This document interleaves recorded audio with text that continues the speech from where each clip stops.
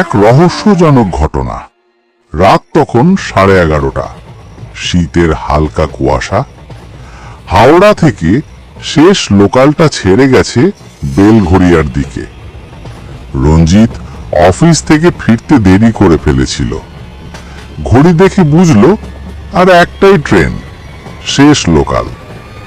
না ধরলে আজ তাকে হেঁটেই ফিরতে হবে। ট্রেনটা প্রায় খালি, মাত্র 2 জন যাত্রী আর এক বৃদ্ধ লোক।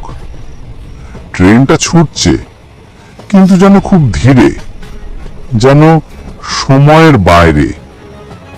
রঞ্জিত, আজব, এত কম লোক কেন?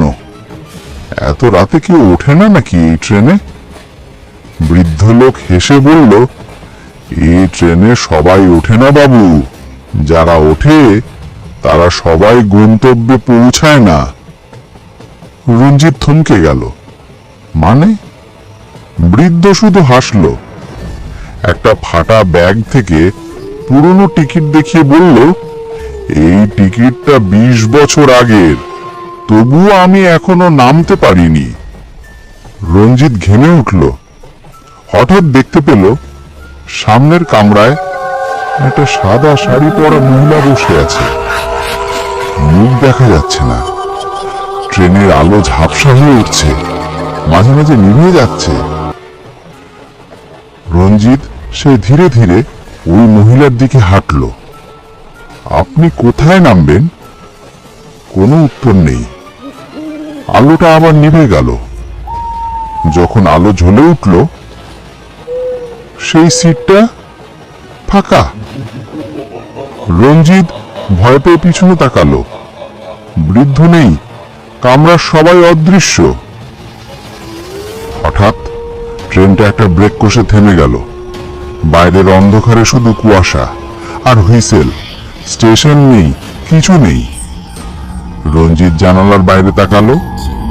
দেখলো একটা বোর্ডে লেখা, দমদম ঘাট, বন্ধ স্টেশন। কিন্তু ওই স্টেশন তো 30 বছর। হঠাৎ গার্ড এসে বলল, বাবু নামুন। রঞ্জিত কাপা গলায় বলল, এখানে কেউ নামতে পারে? গার্ড মুচকি হেসে বলল, আপনিও তো আজ থেকে এখানে থাকবেন। গার্ডের মুখে আলো পড়তেই দেখা গেল সে মানুষ নয়, মাথা নেই। পরদিন সকালে রেল পুলিশ বন্ধ স্টেশনের ধারে একটা ট্রেনের কামরায় এক লোকের মৃতদেহ পেল। তার নাম রঞ্জিত দত্ত। হাতে ছিল একটা টিকিট, শেষ লোকাল।